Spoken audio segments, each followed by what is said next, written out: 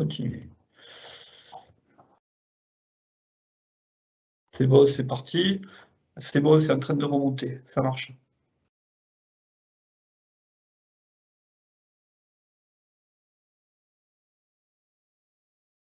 Non, c'est normal. C'est bon, tu as pu te connecter, tu y es? Nickel. Le logo, aimé ça? Ça marche, super. Allez, on est pas mal.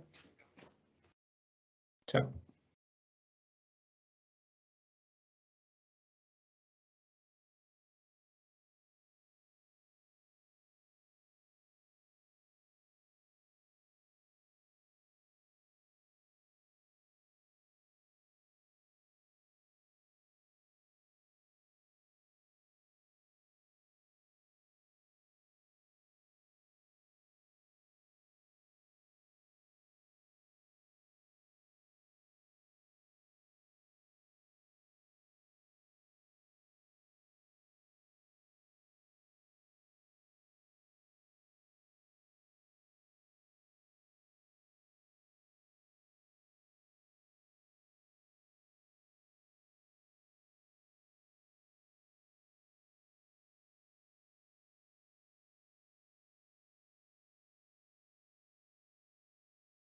Bonjour à tous.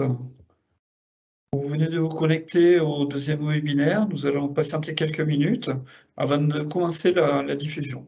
À tout de suite.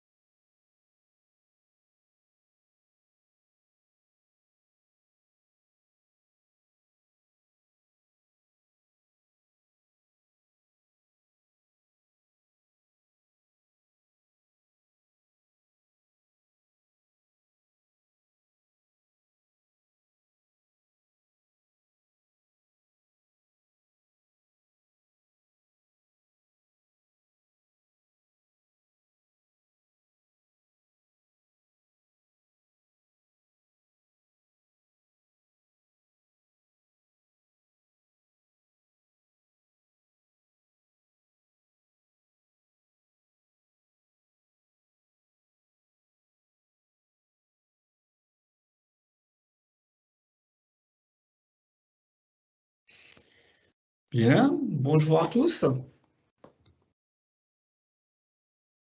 Bienvenue dans notre nouveau webinaire réservé aux employeurs de main-d'œuvre, essentiellement DSN, employeurs de main-d'œuvre, tiers déclarants, comptables. Nous revenons vers vous pour la seconde fois depuis le début de l'année.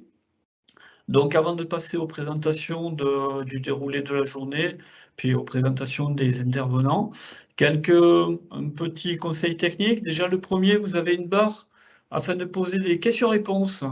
Vous devez avoir un accès questions-réponses, donc n'hésitez pas à poser en direct les questions qui vous semblent opportunes. On essaiera d'y répondre soit à la fin de l'intervention, soit au fur et à mesure, si ça concerne directement des sujets en lien avec vos questions. N'hésitez pas également à nous adresser vos adresses mail, ça nous permettra de diffuser les documents et de mesurer les participants dans le question-réponse. Sachez que les questions-réponses sont anonymes, donc personne ne les verra. Donc si vous pouvez nous transmettre vos adresses mail et vos noms, ça nous permettra de mesurer les participants. Voilà, nous sommes désormais 14 participants, donc je crois qu'on peut commencer les débats. Donc dans un premier temps, on va faire un tour de table pour vous présenter les intervenants. Donc pour ma part, donc, je suis Hervé Garcia, je suis conseiller en entreprise à la MSA du Languedoc depuis plus de 8 ans. Et pour la plupart d'entre vous, vous m'avez soit déjà rencontré, soit nous avons eu des contacts, que ce soit par téléphone ou par mail. Je vais passer le micro à Patrick Vernier, mon collègue et homologue, qui va se présenter également. Donc, bonjour à tous. Donc, Patrick Vernier, conseiller en entreprise à la MSA du Languedoc. Donc, avec Hervé Garcia, nous intervenons différemment sur les 3 départements que sont l'Hérault, la Lozère et le Gard. Voilà, donc on intervient pour accompagner les entreprises, les tiers déclarants sur les aspects DSN, voilà, législatifs, techniques. Voilà, donc un peu. Et là, nous nous inscrivons depuis le début d'année dans des démarches webinaires pour essayer de vous apporter de plus en plus d'informations et une certaine réactivité et interactivité entre vous et la MSA du Languedoc. Voilà, donc je passe la main à Delphine Morin du service recouvrement. Bonjour à tous, donc Delphine Morin, je suis la cadre du service recouvrement de Montpellier. Je vais passer la main donc à mon homologue sur Nîmes.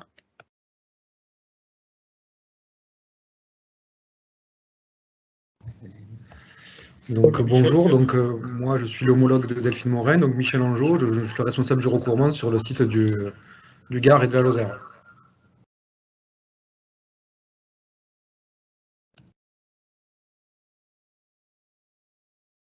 Très bien.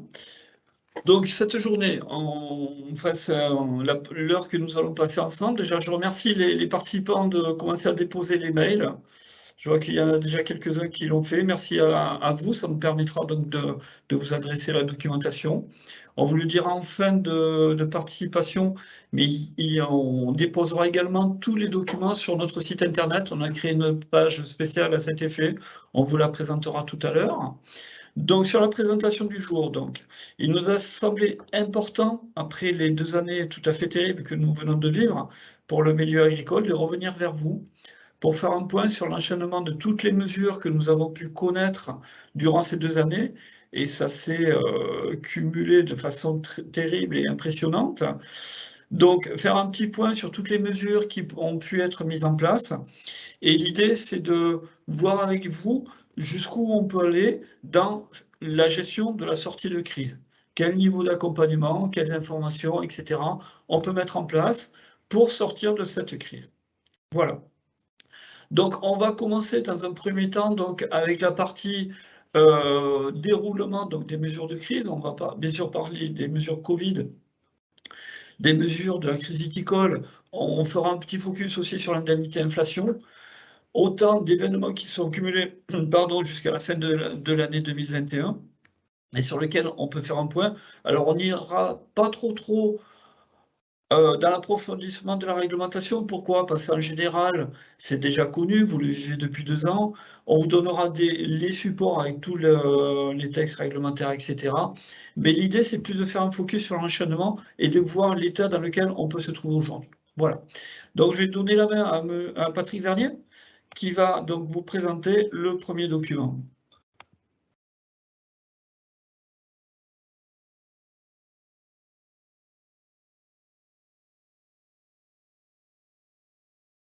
Voilà, Patrick, c'est à toi. Oui.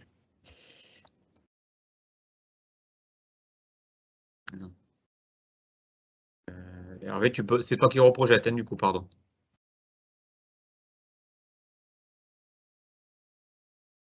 Ouais, si tu peux envoyer ton partage. Okay.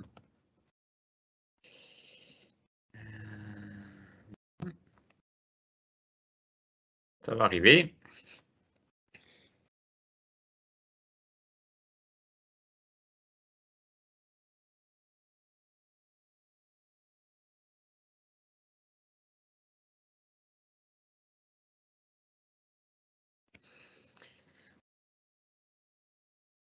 Voilà, donc comme vous l'indiquez Hervé, nous allons balayer les différentes mesures énoncées, hein.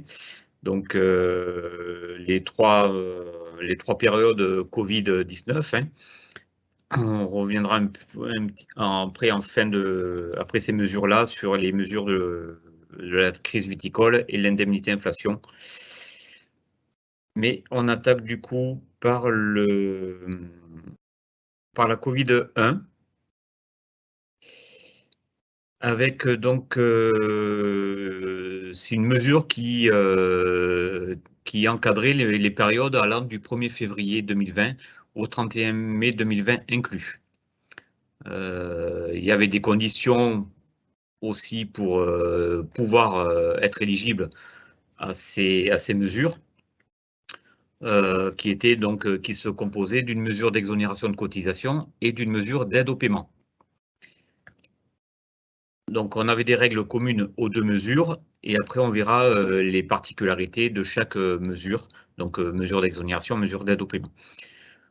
Donc, mesure commune, la période 1er février 31 mai. Après, ça concernait les entreprises qui avaient un effectif inférieur à 250 salariés et qui exerçaient des activités dans certains secteurs particulièrement affectés par la crise sanitaire, donc repris entre parenthèses, ou soit dans certains secteurs dépendant des secteurs particulièrement affectés par la crise sanitaire. Culture de plantes à boissons, culture de la vigne, pêche en mer, eau douce et aquaculture. Donc les activités MSA s'inscrivaient plutôt dans cette deuxième catégorie, hein,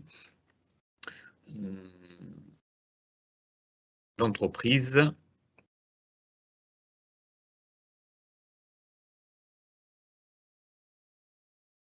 Hervé, si tu peux faire défiler?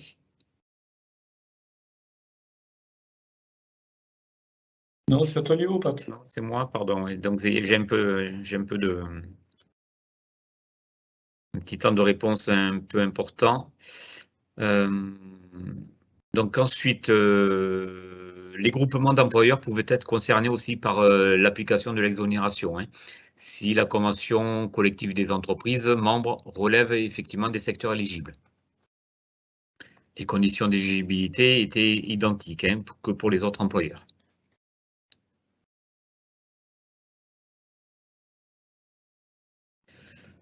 Donc, hormis l'effectif, il y avait aussi une condition de baisse de chiffre d'affaires à respecter, donc avec 2 paliers, donc soit d'au moins 80% durant la période comprise entre le 15 mars 2020 et le 15 mai 2020 par rapport à la même période de l'année précédente, donc soit 2019.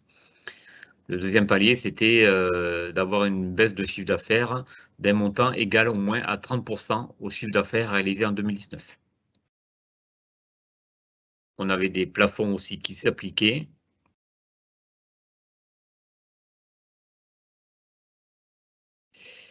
Voilà, donc ça, c'était les règles communes aux deux mesures d'exonération et d'aide au paiement. Sur les règles particulières à l'exonération. Donc, elle s'appliquait sur les cotisations et les contributions patronales dues au titre des salariés qui entrent dans le champ d'application de la réduction générale des cotisations. Donc, peu important que le salaire soit supérieur ou inférieur à 1,6 SMIC. Et ça jouait sur les cotisations, essentiellement les cotisations légales, donc d'assurance sociale, maladie, maternité, allocation familiale, CSA, autonomie, le FNAL, l'ATMP, donc à hauteur de 0,69%, et sur les contributions d'assurance chômage. Les cotisations de retraite complémentaire n'étaient pas visées par cette application d'exonération.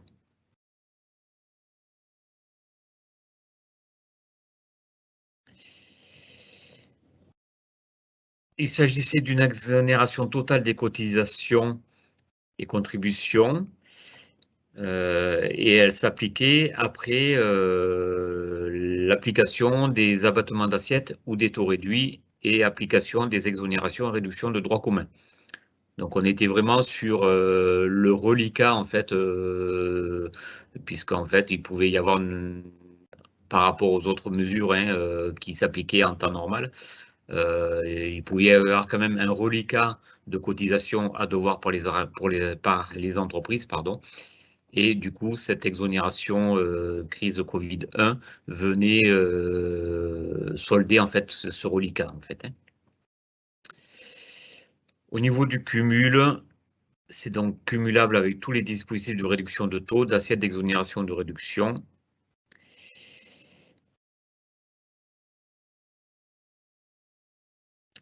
Quant aux modalités déclaratives de cette exonération de cotisation, donc la limite déclarative était fixée au 30 novembre 2020. Et en DSN, donc elle s'appliquait selon les modalités décrites, donc une valeur 910 qui était à gérer dans le bloc 81, donc le bloc cotisation individuelle. Et il fallait également gérer un bloc base assujettie. En TESA+, TESA simplifié et appel chiffré, il y avait nécessité de compléter un formulaire qui était à retourner là aussi avant au plus tard au 30 novembre 2020. Donc à noter qu'au 4 novembre, il y a eu des nouveaux secteurs qui sont entrés dans le champ d'application de l'exonération, donc notamment tout ce qui était les filières festives. Et pour ces secteurs, vu que ça a été déterminé tardivement, on avait une date limite de déclaration fixée au 15 janvier 2021.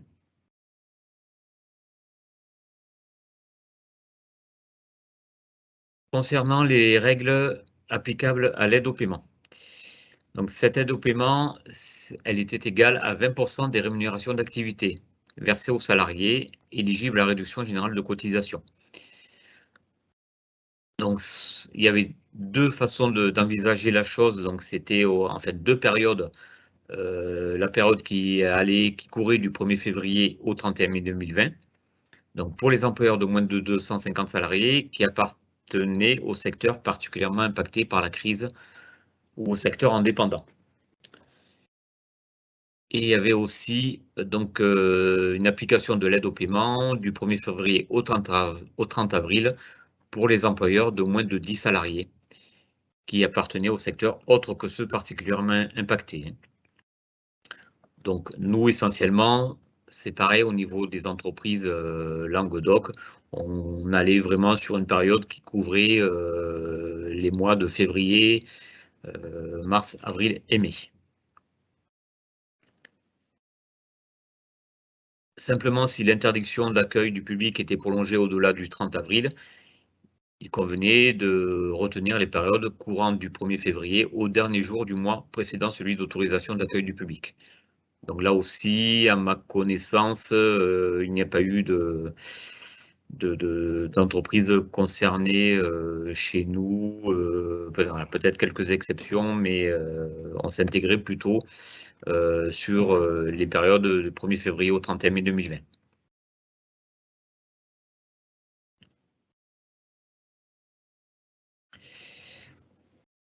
Les sommes, donc l'aide était imputée sur les sommes dues par les employeurs au titre des années 2020, initialement.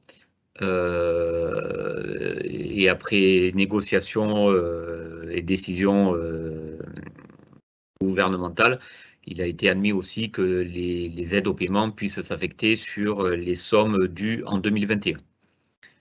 Et elle venait également après application de tous les dispositifs de taux réduit, abattement d'assiette, réduction, exonération. Et comme les exonérations, les cotisations conventionnelles, retraite complémentaire, formation professionnelle, etc., n'étaient pas concernées par l'imputabilité de l'aide au paiement.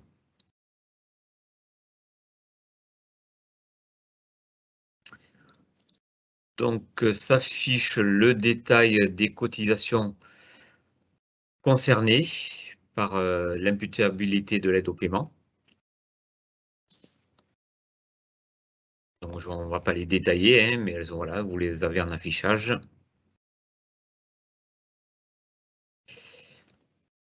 En ce qui concerne les...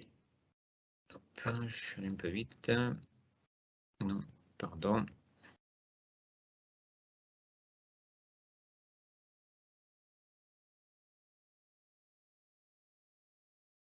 Voilà, donc concernant les modalités déclaratives de l'aide au paiement, pareil, la date limite de déclaration a été fixée au 30 novembre 2020.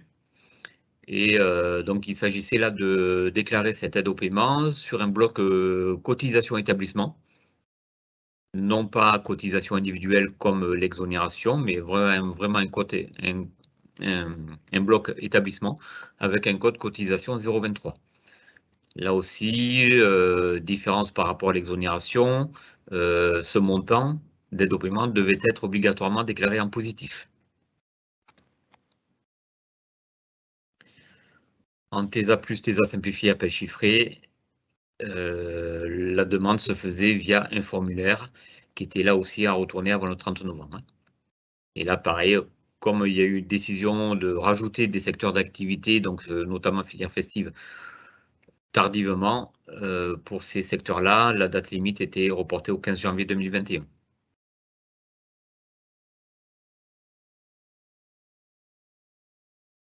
Donc sur cette première période de Covid, de crise Covid, est-ce que je pense pas qu'il y ait de questions. Il me semble pas qu'il y ait de questions pour l'instant. Donc je vais continuer. N'hésitez pas dans le fil de discussion, dans les questions à poser. Voilà, si vous avez des souhaits de précision, n'hésitez pas à le mettre dans le fil de discussion.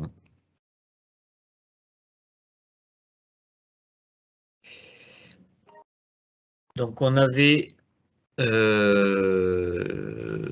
donc pareil, hein, après la crise Covid-1, ben, on a connu malheureusement une crise Covid-2.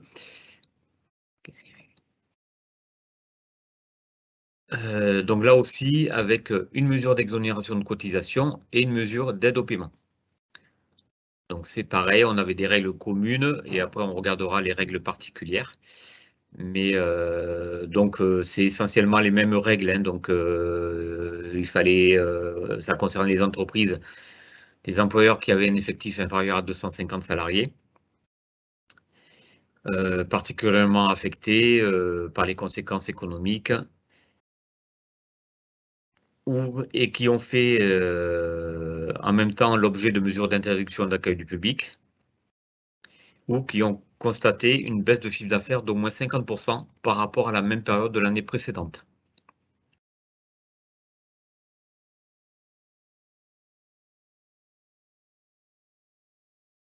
Et qui exerçaient leur activité principale dans les secteurs du tourisme, de l'hôtellerie, etc., ou dans les secteurs d'activité dont l'activité dépend de celle mentionnée ci-dessus. Donc là, c'est surtout dans cette catégorie B que s'inscrivaient les activités agricoles. Les employeurs qui avaient un effectif inférieur à 50 salariés pouvaient être concernés aussi par ces mesures Covid-2, notamment s'ils exerçaient leur activité principale dans d'autres secteurs que ceux mentionnés ci-dessus et qui, au cours du mois suivant, celui au titre duquel l'exonération est applicable, ont fait l'objet d'une interdiction d'accueil du public.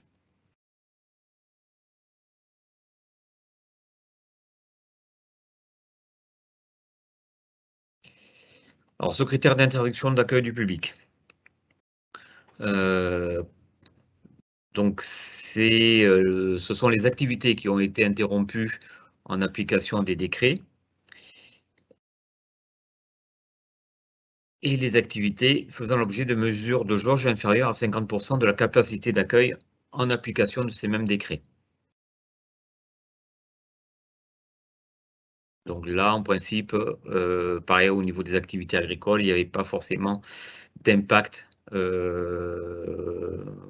par rapport aux entreprises qui ont fait des demandes. Toujours l'éligibilité des groupements d'employeurs. Donc, les conditions liées au secteur d'activité, à l'effectif et à la baisse de chiffre d'affaires sont appréciées au niveau du groupement et non pas au niveau de chaque membre le composant.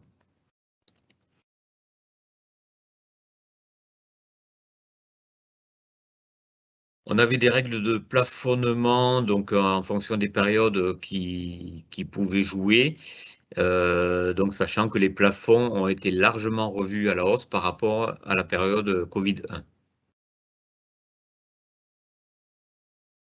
Donc, je ne m'étale pas sur le sujet.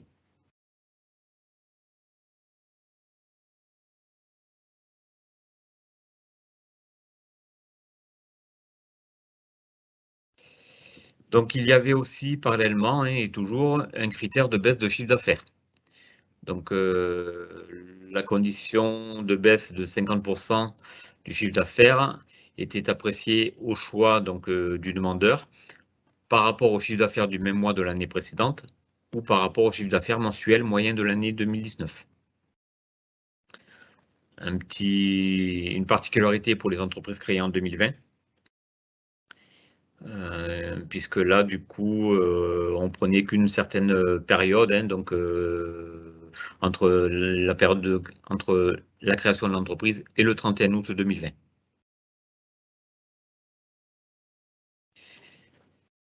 Pour les périodes 2021, donc la condition de baisse de chiffre d'affaires, on le disait plus haut, normalement elle s'apprécie par rapport à l'année précédente, hein, donc normalement 2020, mais il a été admis aussi qu'effectivement, ça pouvait être fait par rapport à l'année N-2, hein, donc 2019, si les conditions étaient plus favorables pour l'entreprise.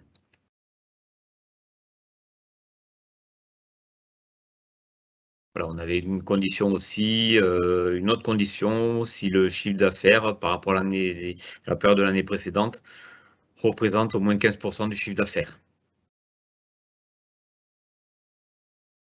Donc voilà, tous les détails sont précisés de toute façon sur les slides.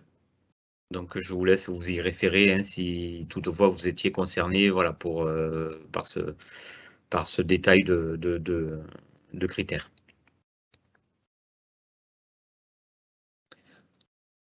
Les règles particulières, donc on retrouve les mêmes que pour la crise Covid-1, hein, donc les mêmes cotisations impactées, avec toujours les cotisations de retraite complémentaire ou conventionnelles qui n'étaient pas visées par cette mesure d'exonération. Voilà, juste un petit focus sur la cotisation AT-MP, hein, puisque la Covid-2 embarquait des périodes 2020-2021. Donc voilà, il y avait une évolution par rapport au taux AT qui passait de 0,69 en 2020 à 0,70 en 2021.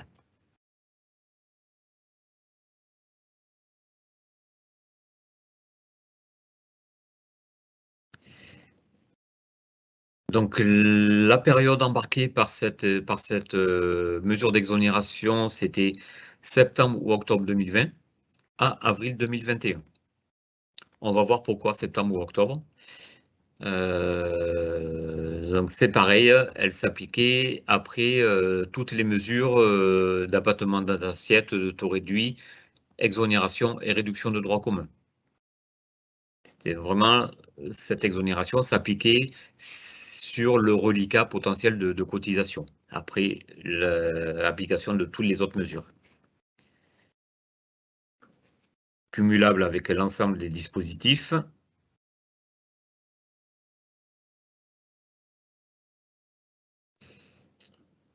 Au niveau des modalités déclaratives, on était sur le même type de modalités que la crise Covid-1, hein, donc avec voilà, les valeurs à gérer à la maille individuelle,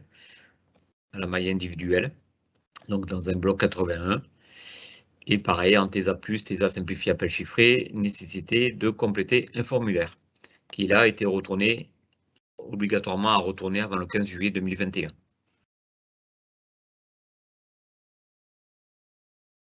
Pour l'aide au paiement, elle était toujours égale à 20% des rémunérations d'activité. Donc là, voilà, ça donc toujours applicable à compter du 1er septembre au 1er octobre jusqu'au 30 avril 2021. Voilà, donc ça renvoie sur des informations communiquées dans les pages précédentes. Et en cas de prolongation de l'interdiction d'accueil du public au-delà du 30 avril, la mesure s'appliquait jusqu'au dernier jour du mois précédant celui de l'autorisation d'accueil du public, au plus tard jusqu'au 31 décembre 2021. Cette mesure Covid-2, effectivement, s'est réellement arrêtée au 31 décembre 2021.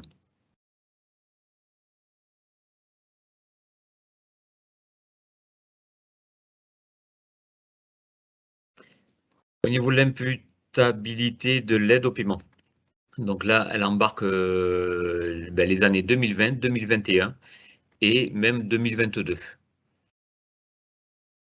Donc, c'est pour ça que actuellement, en début de semaine ou fin de semaine dernière, la MSA a notifié à un nombre certain d'adhérents qu'ils avaient un reliquat d'aide au paiement à consommer sur 2022, puisque on n'a pas été en capacité en fait d'affecter ces aides au paiement déclarées sur les années précédentes, certainement parce que les cotisations étaient réglées, parce que comme elles ne s'affectent que sur une partie de cotisations, on n'a pas pu les affecter sur d'autres cotisations, hein, notamment les conventionnelles. Voilà, donc on a transmis cette information, on a notifié ces informations auprès des entreprises concernées, à charge pour elles effectivement à arriver à déduire cette aide au paiement d'ici la fin de l'année, puisqu'au-delà du 31 décembre 2022, à ce jour, il n'y a pas de possibilité de répercuter un reliquat d'aide au paiement sur les cotisations 2023.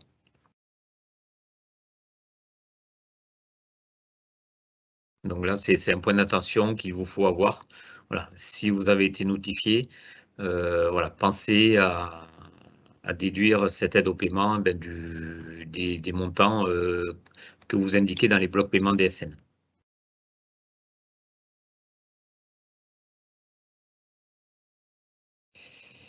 Voilà, donc le récapitulatif des cotisations concernées par l'imputabilité de l'aide au paiement.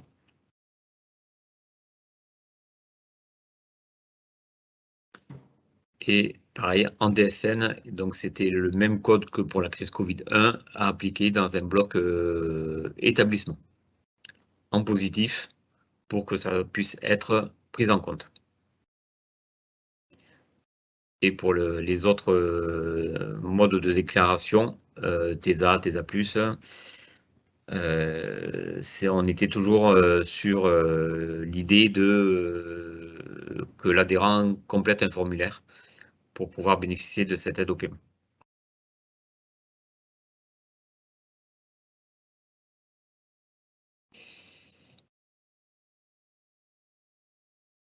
Donc, je ne me semble pas avoir de questions non plus sur cette partie-là. Donc, on pourra y revenir de toute façon éventuellement à tout moment s'il y a des questions qui sont posées. Une question qu'on abordera après ta présentation. D'accord. Donc, j'en viens du coup aux mesures qui s'appliquent sur donc les mesures Covid-3, hein, du coup. qui font suite au Covid-2. Et la particularité, c'est que cette mesure, il n'y avait qu'une mesure d'aide au paiement. Fini les exonérations, c'était uniquement une aide au paiement, puisqu'en fait le contexte, c'était un contexte de levée progressive des mesures de restriction à compter du mois de mai 2021. Mais par contre, le législateur souhaitait quand même qu'on continue à accompagner la reprise d'activité, donc par le biais de cette aide au paiement. Donc toujours pour les entreprises dont l'effectif est inférieur à 250 salariés, avec les mêmes, une activité principale exercée dans les secteurs vus précédemment, hein. La condition supplémentaire, c'était qu'il fallait que l'entreprise soit éligible à l'exonération au titre de la deuxième vague au cours de l'une des périodes d'emploi comprises entre le 1er février et le 30 avril. Là, il n'y avait pas obligation de pouvoir bénéficier de l'exonération sur ces 3 mois, mais il suffisait de pouvoir en bénéficier au moins sur un de ces 3 mois pour pouvoir bénéficier de l'aide au paiement, qui n'était plus de 20%, mais qui était ramené à 15%, toujours du montant des rémunérations versées aux salariés éligibles. Et là, l'aide au paiement donc s'appliquait sur les périodes courant du 1er mai au 31 juillet 2021.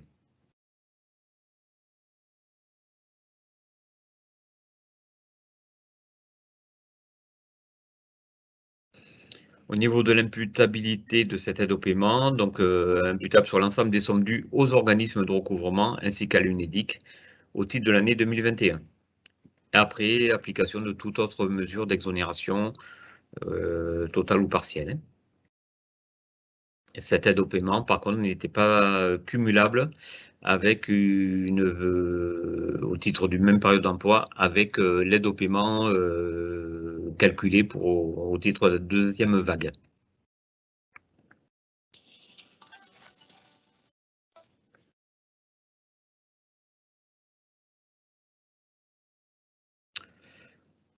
Donc on avait des règles de plafonnement également qui s'appliquaient. Bon, je vous laisserai en prendre connaissance, hein, mais bon, on est là, à compter du 1er août 2021, en fait, il n'y avait même plus de plafond qui s'appliquait. Voilà, par contre, il fallait que ça soit déclaré avant le 31 décembre 2021. Et là, effectivement, donc du 1er août au 31 décembre, tout ce qui était régularisation, en fait, il ne faisait plus référence à un plafond à des minimi, donc on était vraiment hors plafond.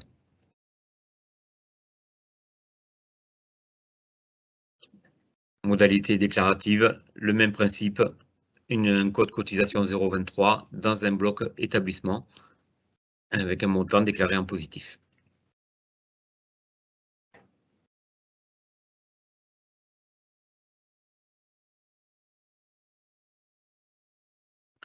Donc Hervé, peut-être on reprend s'il y a une question sur les mesures Covid avant d'attaquer sur le... Bon, je reprendrai après. Vas-y. Ouais, d'accord. Bon. Ah ouais. Donc là, on passe sur les mesures qui concernaient la filière viticole, hein, avec voilà, une exonération, un dispositif d'exonération de remise de cotisation uniquement pour ces employeurs dont l'activité a été impactée par la crise sanitaire de la crise Covid-19. Donc, je vous ai mis l'article de loi, le décret, pour vous y référer au besoin. Donc, la mesure d'exonération de cotisation. Donc, ça concernait les employeurs dont l'activité principale réside dans le secteur de la culture, de la vigne. Donc, on est vraiment sur une activité de production, raisins, de raisins de cuve, raisins de table. Et donc, les activités de transformation, conditionnement, commercialisation de produits viticoles n'étaient considérées que si elles s'inscrivaient dans la continuité de la production. Il fallait que les entreprises connaissent une baisse de chiffre d'affaires annuel sur l'année 2020 par rapport au chiffre d'affaires 2019.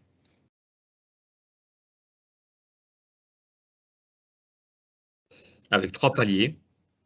Donc, il y avait une application de l'exonération de 100% si la baisse du chiffre d'affaires 2020 était d'au moins 60% par rapport à 2019.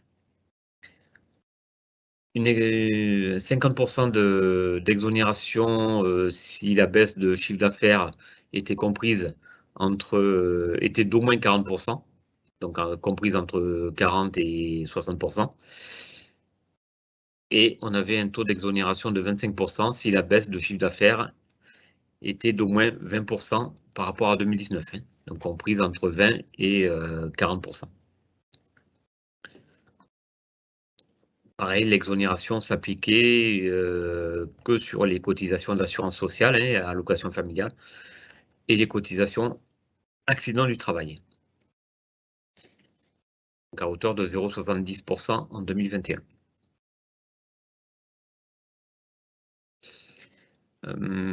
Il y avait une condition supplémentaire pour pouvoir déclarer ces exonérations viticulture.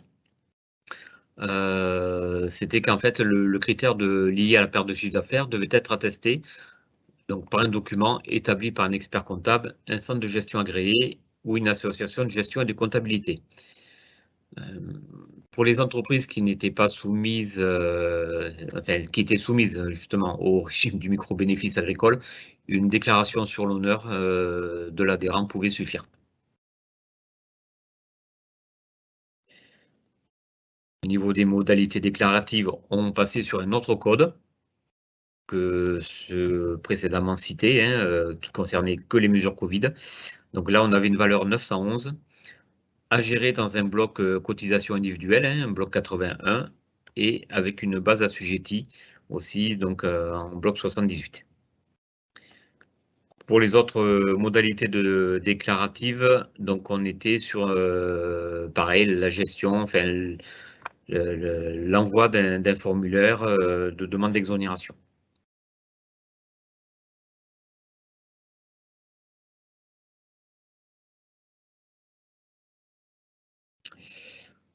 Donc, au niveau de cette mesure applicable uniquement aux employeurs viticoles, on avait donc également une deuxième mesure de remise des cotisations patronales.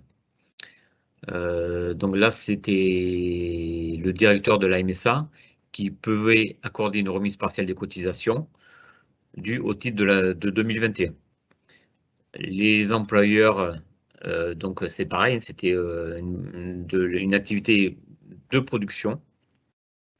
Et les employeurs concernés étaient ceux qui avaient eu une baisse de chiffre d'affaires au moins égale à 10% et inférieure à 20%.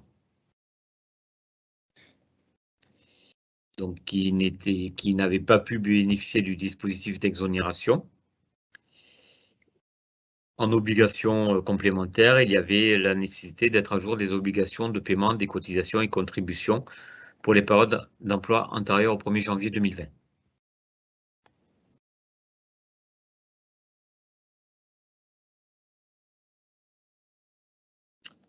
Donc la même typologie de cotisations impactées. Et on avait aussi, voilà, sur cette partie-là, et notamment pour les entreprises qui étaient créées en cours de l'année 2020, on avait un plafond de remise partielle qui était déterminé en fonction du nombre de mois d'existence de l'entreprise, hein.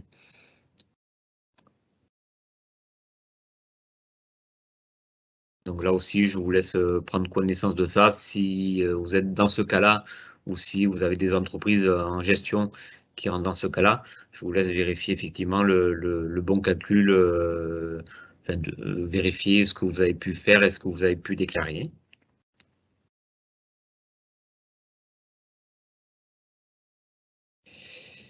Au niveau des modalités déclaratives, donc que pour cette mesure de remise partielle, un formulaire était à adresser avant le 28, au plus tard le 28 février 2022,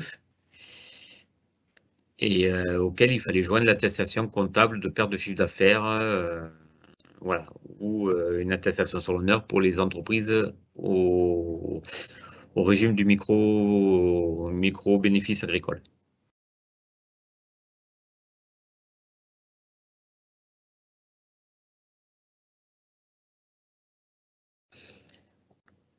Donc j'en viens sur l'indemnité inflation.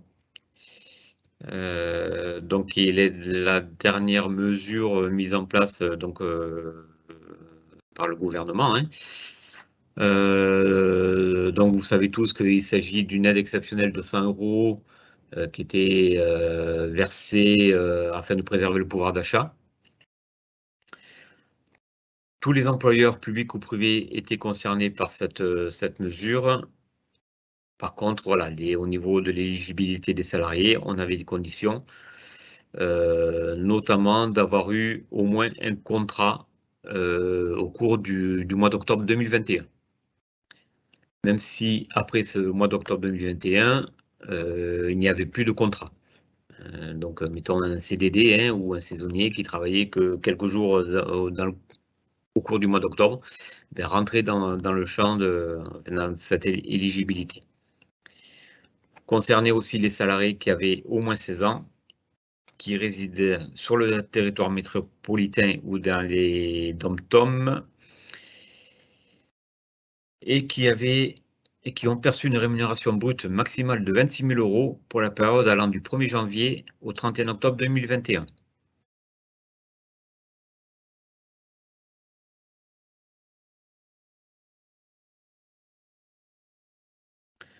Donc il s'agissait d'un seul versement exceptionnel de 100 € pour chacun des bénéficiaires, et qui rentrait dans les mesures, enfin dans les critères d'éligibilité. Et l'aide pouvait être versée entre les mois de décembre et le 28 octobre 2022.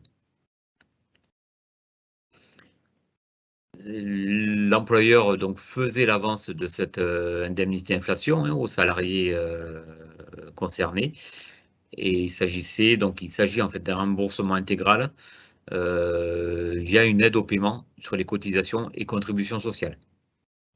C'est-à-dire que là, notamment en DSN, vous deviez déduire du bloc versement, en fait, le montant des indemnités inflation versées.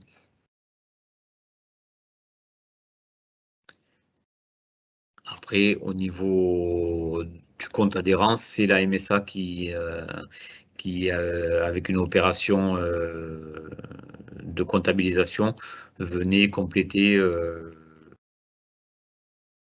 le solde en fait qui pouvait exister, hein. Mais là, on est sur de l'interne, donc pour vous, aucune incidence. Vous le déclariez, vous le déduisiez de votre bloc versement, et après, c'était une gestion MSA, hein, interne. Au niveau, donc pour les personnes qui, au mois d'octobre 2021, ont eu plusieurs employeurs, c'était à l'employeur principal de verser cette indemnité inflation. Donc, employeur principal, hein, celui avec lequel la relation de travail est toujours en cours, ou à défaut, celui auprès duquel le salarié a effectué le plus d'heures. Au niveau du régime social, il y avait une exonération de l'impôt sur le revenu et de toute cotisation et contribution sociale sur cette indemnité versée.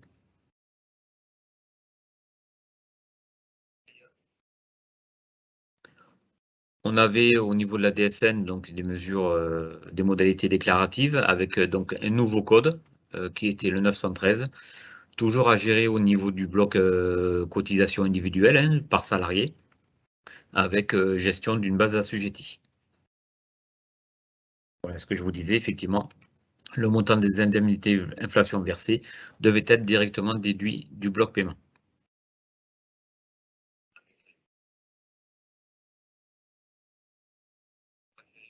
Au niveau du TESA+, TESA simplifié, on avait d'autres modalités donc à gérer effectivement via des rubriques particulières. Et la déduction, de toute façon, c'était au moment où la MSA établissait la facture de cotisation, où effectivement on venait déduire ce montant d'indemnité inflation déclarée.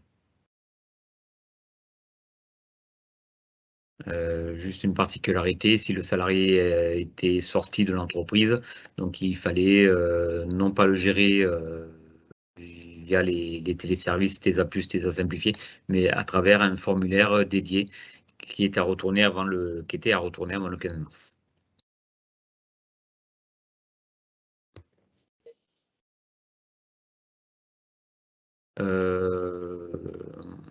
Voilà, donc juste un petit point sur le fait que si vous n'aviez pas déduit le montant des indemnités inflation de votre bloc paiement, hein, notamment pour les déclarations DSN, eh bien, l'excédent sera soit imputé sur des cotisations et contributions au titre de la période suivante, soit directement remboursé.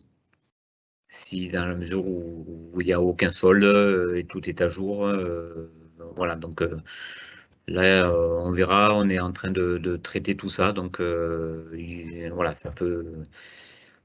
On verra comment on traite individuellement, dossier par dossier, cette gestion.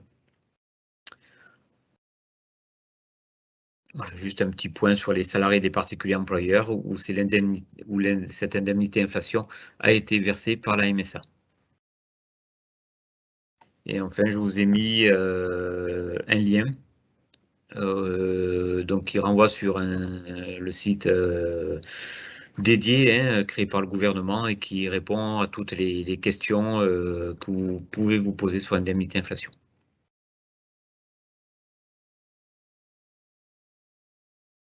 Voilà, je crois que j'en ai terminé avec les présentations.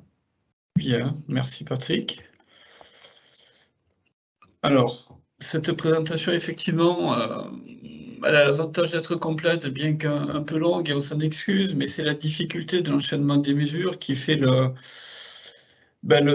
matériau. Donc, une fois qu'on a vu tout ça,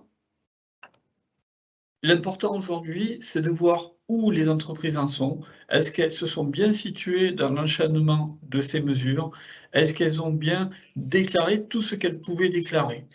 Alors, on a constaté effectivement de façon empirique qu'il y a quelques entreprises qui n'ont pas fait valoir l'ensemble de leurs droits.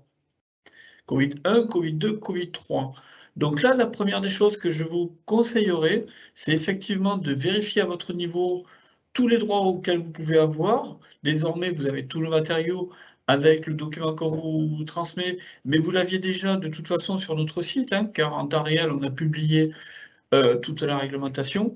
Donc la première des choses, faites un état des lieux de tout ce que vous avez, ce à quoi vous avez droit et ce que vous avez déclaré. À ce titre, il n'est pas nécessaire d'appeler la MSA.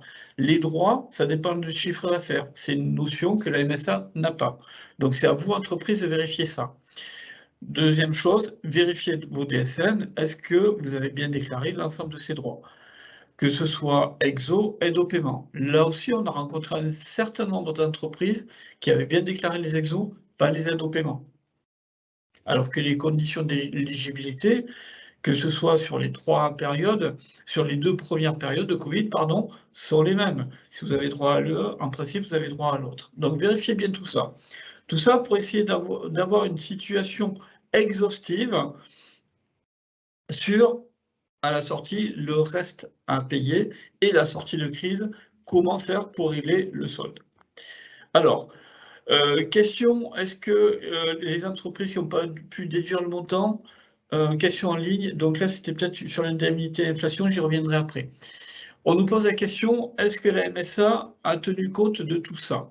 Alors, la difficulté pour la MSA a été la même pour les entreprises. Réagir dans l'urgence à des mesures qui se sont enchaînées à une cadence effrénée, avec toutes les difficultés que ça a pu procurer en amont aux éditeurs de logiciels de paie pour faire les déclarations et en aval au MSA pour intégrer tout ça. Alors concrètement, on a eu pas mal de difficultés 2020-2021, on ne va pas se cacher. La situation a été reprise et intégralement reprise sur toutes les exonérations déclarées depuis 2020 et 2021 au mois de novembre 2021. Donc tout ça pour vous dire, les situations qu'on vous retranscrit depuis très précisément le 16 novembre 2021 prennent en compte, un, les exonérations qui ont été déclarées, et deux, les aides au paiement avec l'affectation telle qu'on a pu la faire selon le reliquat des cotisations qui restaient. Alors, à ce titre-là, effectivement, depuis novembre, en principe, toutes les situations sont propres dans ce qu'on vous produit.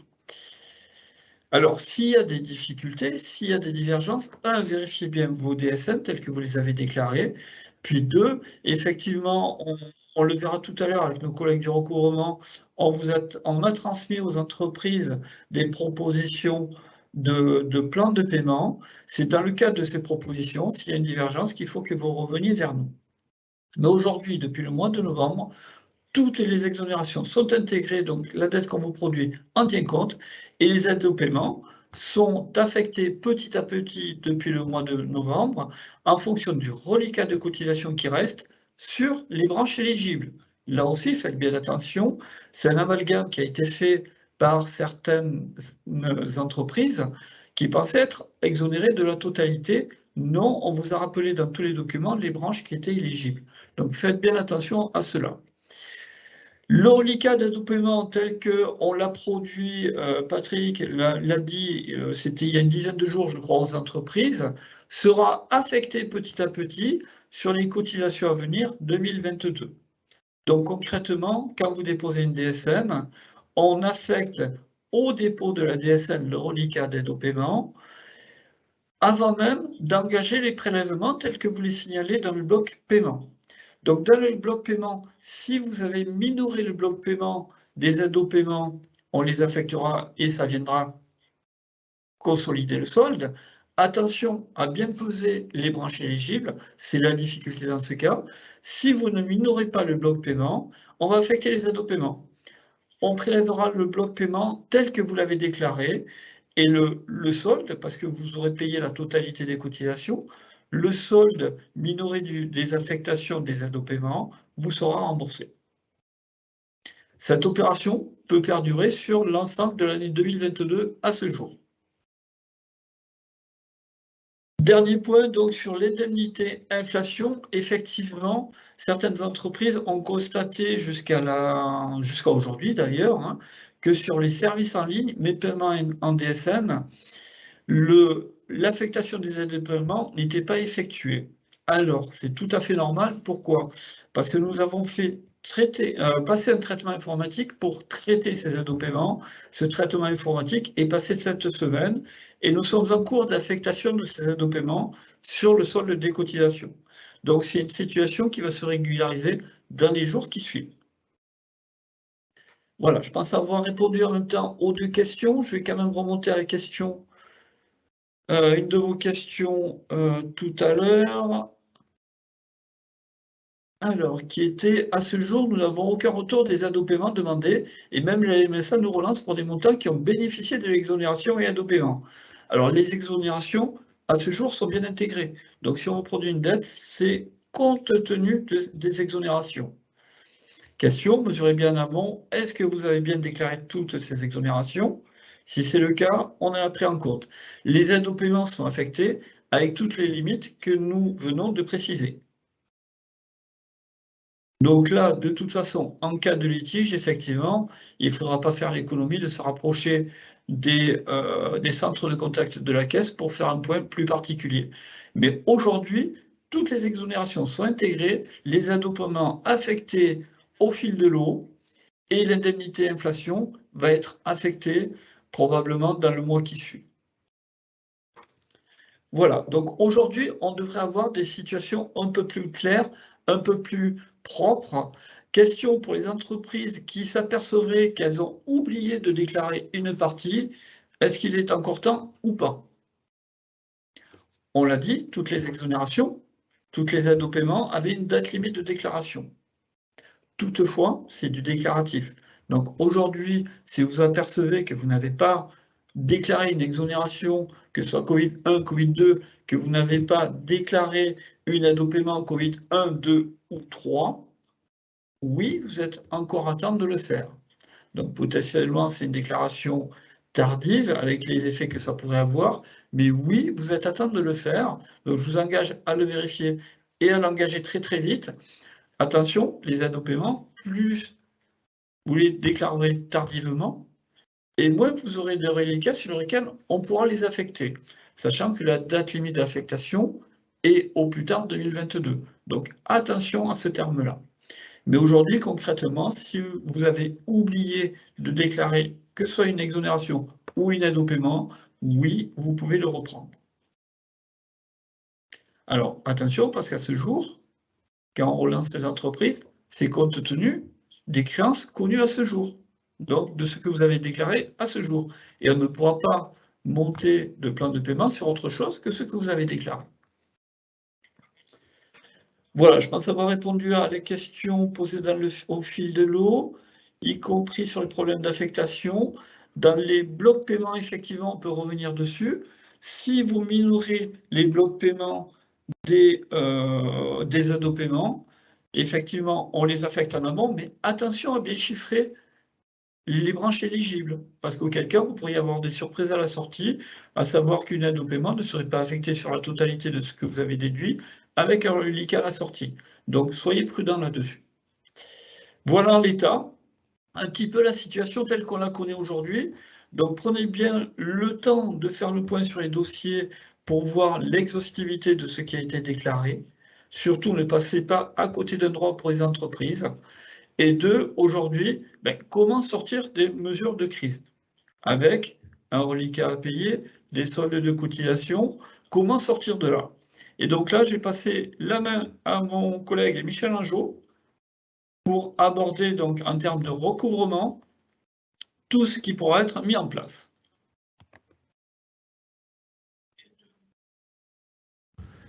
Ouais,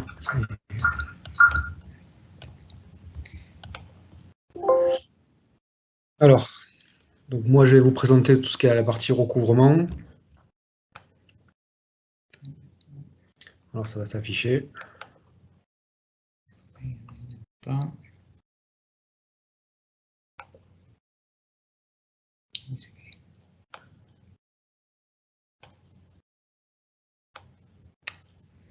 Ça arrive.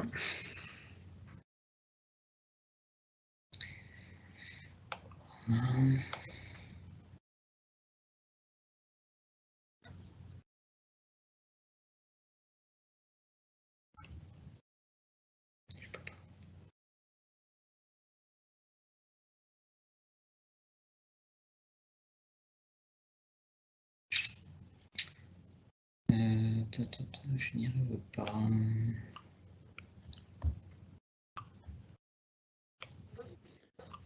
C'est pas grave, commencez la présentation. Delphine, tu peux peut-être le partager et vous commencez la présentation.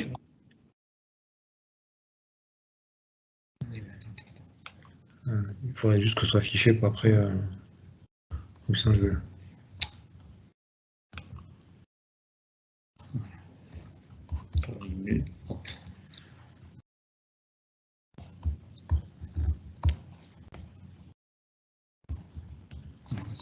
C'est bon? Alors, donc en complément des mesures qu'il y avait d'exonération et d'aide au paiement, le gouvernement avait mis en place des mesures pour accompagner dans la difficulté les entreprises. Donc ça passait soit par le biais d'octroi de plans de paiement, et également il y avait tout un volet sur les remises de pénalités de majoration de retard.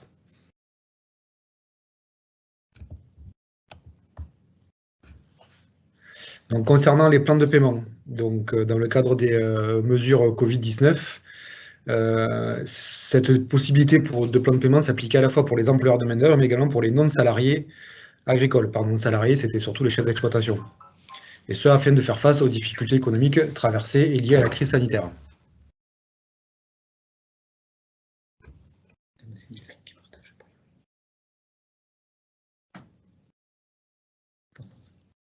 Donc, concernant les plans de paiement, donc on va d'abord commencer sur la partie employeur de main-d'œuvre. Donc, le plan de paiement bénéficiait des caractéristiques suivantes qui sont particulières et donc qui étaient vraiment, encore une fois, je rappelle, qui étaient propres au dispositif lié à la crise sanitaire. Donc, les plans de paiement qui étaient proposés, donc c'était des plans de paiement qui étaient accordés directement par le directeur de la caisse de MSA, et ces plans de paiement pouvaient avoir une durée maximale de 3 ans. Ils étaient liés à une combinaison de 2 critères, c'était le montant de la dette et le nombre de créances. Donc ça veut dire que plus la dette était importante et plus il y avait de créances, plus le plan de paiement pouvait atteindre les 3 ans.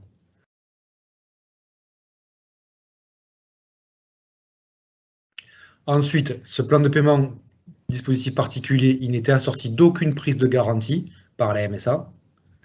Et autre particularité, il pouvait inclure les parts ouvrières précomptées non reversées. À charge pour nous, les MSA, dans le cadre des plans de paiement qui étaient conclus, de faire en sorte que les premières échéances du plan viennent s'affecter malgré tout en priorité sur les parts ouvrières. Et enfin, ce plan de paiement, il pouvait inclure toutes les dettes constatées jusqu'au 31 août 2021, c'est-à-dire avec les échéances DSN des 5 et 15 août.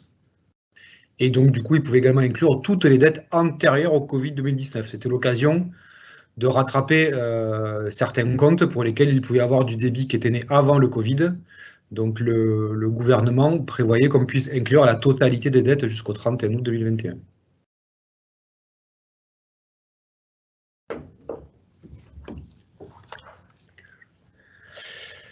Donc, ce plan de paiement devait être conclu au plus tard le 31/12/2021 par les MSA. Donc, ça veut dire que les employeurs de main-d'œuvre avaient jusqu'à cette date-là pour nous retourner leurs propositions.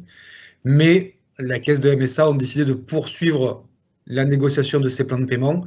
Du coup, le dispositif est prolongé jusqu'au 30 juin 2022. Donc, ça veut dire que les employeurs de main-d'œuvre peuvent encore se rapprocher de la caisse de la MSA pour solliciter des délais de paiement dans ce cadre-là. Le seul bémol, c'est que par contre, ce plan de paiement, il ne peut pas porter sur des dettes constituées à la suite d'une infraction de travail dissimulé. Où là, ce sont des cotisations qui s'inscrivent dans le cadre d'un redressement suite à contrôle. Et donc, du coup, on n'est pas dans le déclaratif de la DSN habituelle. Voilà.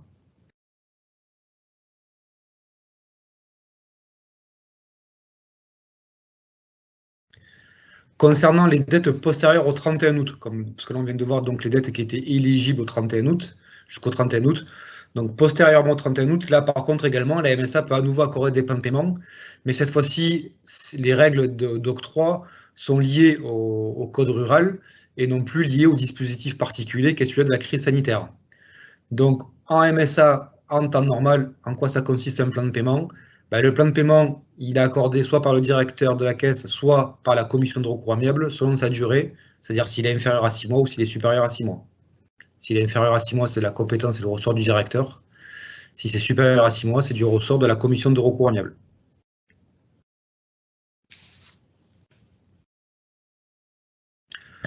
Ce plan de paiement, cette fois-ci, il ne peut excéder 2 ans, contre 3 ans dans le cadre de la crise sanitaire.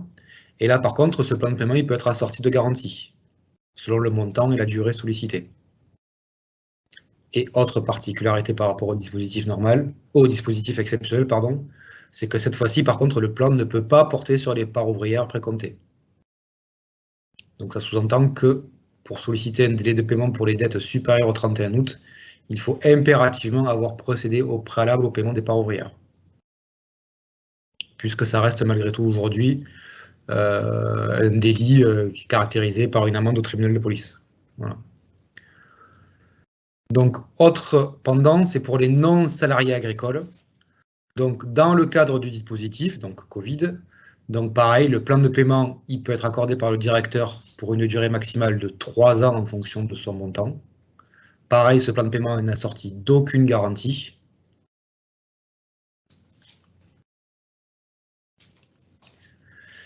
Le plan de paiement peut englober les dettes qui sont constatées jusqu'au 31 décembre de l'année 2020.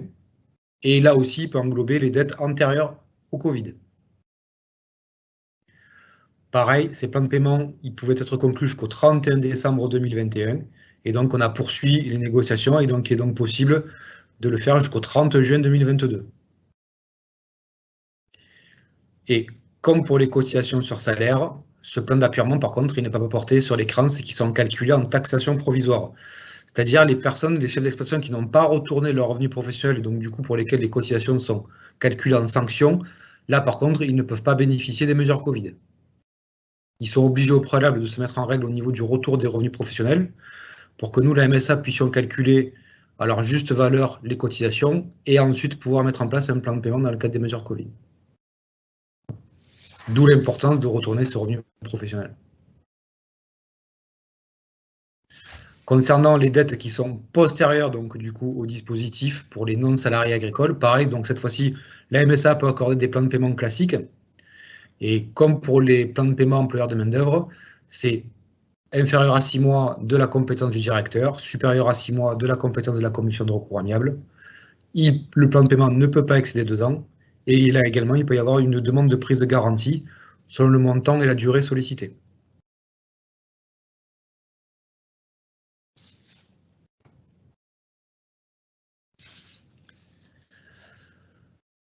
L'autre volet, c'est les majorations de retard. C'est Delphine, si tu veux les présenter.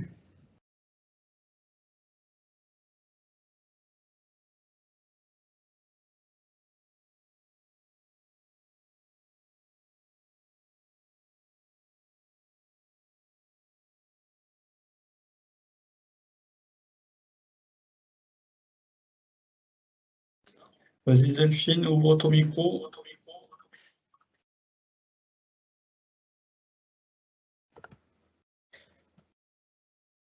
Voilà, excusez-moi, j'avais commencé du coup.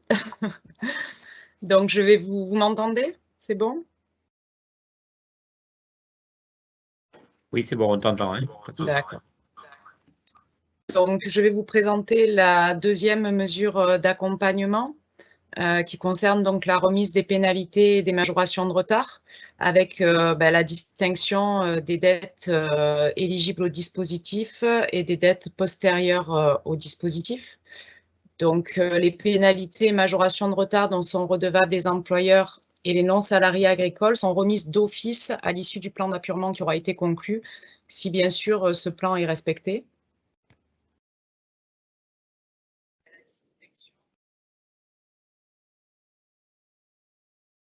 Alors, au titre des dettes postérieures au dispositif, donc, elles sont réglées de la manière suivante. Donc, concernant les majorations de retard, sauf paiement par échéancier, hein, la demande de remise doit être formulée par demande écrite et motivée, adressée à la commission de recours amiable dans le délai de 6 mois à compter du paiement complet du principal. Et par contre, lorsque l'échéancier avait été accordé et respecté, la conclusion de cet échéancier vaut demande de remise. C'est-à-dire que dans ce cas-là, le cotisant, il n'a pas à nous adresser de demande de remise.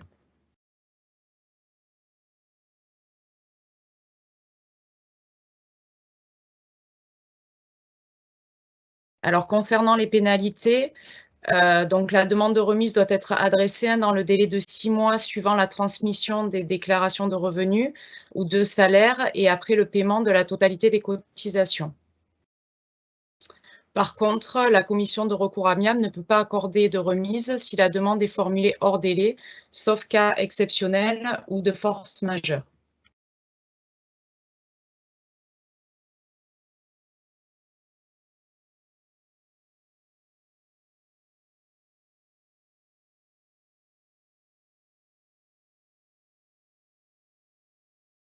Alors, il me manque une...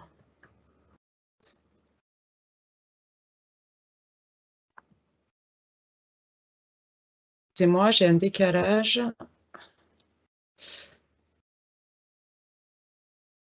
Donc, la décision de la commission de recours amiable est applicable immédiatement et l'approbation de la tutelle n'est plus nécessaire lorsque le montant des pénalités et des majorations est inférieur donc à 1% du plafond annuel de la sécurité sociale, soit 411 € en 2021 pour les cotisations non salariées et inférieur à 2% du plafond annuel de la sécurité sociale, soit 823 € en 2021 pour les cotisations salariales. Au-delà de ces seuils, la décision de la commission de recours amiable doit faire l'objet d'une approbation de la tutelle.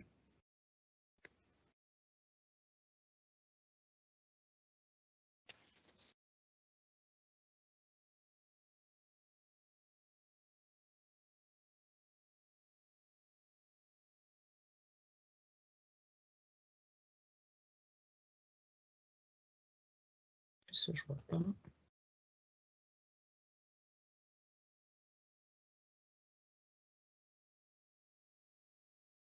Alors, j'ai l'impression qu'il y a eu un décalage sur les diapositives qui sont passées. Dites-moi si... Non, c'est bon, tu peux avancer. Ben, j'en ai terminé. D'accord. Bon. Alors, hop, on prend la main. Voilà, donc la difficulté aujourd'hui, effectivement, c'est de faire le point sur vos déclarations et d'arriver à engager la discussion avec la MSA sur le reste de la dette à payer. Donc, on a une question tout à fait pertinente sur le fil de discussion. Une entreprise qui nous demande est-ce qu'il existerait un document de la MSA qui retrace par validité le montant des exonérations et le montant des aides au paiement affectés. Alors non, aujourd'hui il n'existe pas ce genre de document. Tout ce qui est déclaré en amont, les cotisations et donc les exonérations, c'est du déclaratif. Donc là, le montant net des cotisations, en principe, c'est ce que vous déclarez. Donc là, effectivement, on ne pourra pas vous produire ce genre de document. Et les aides au paiement s'affectent petit à petit. Donc non, on n'a pas de document précis là-dessus. Donc ce sera vraiment du cas par cas. Il faut partir des documents qu'on vous envoie soit dans les plans de paiement avec les validités en solde, soit des relevés de solde, et avoir une approche globale à la fois sur le déclaré et sur la dette. Mais on n'aura pas de document précis à vous produire autre que cela.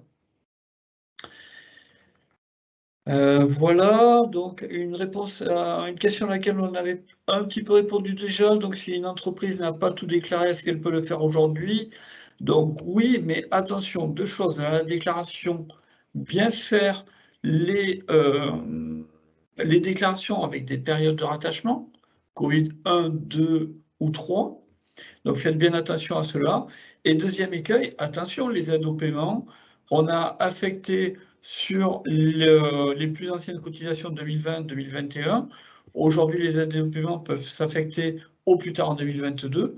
Attention, ne pas perdre, du fait d'une déclaration tardive, une partie de l'enveloppe, si toutefois certaines validités auraient été soldées.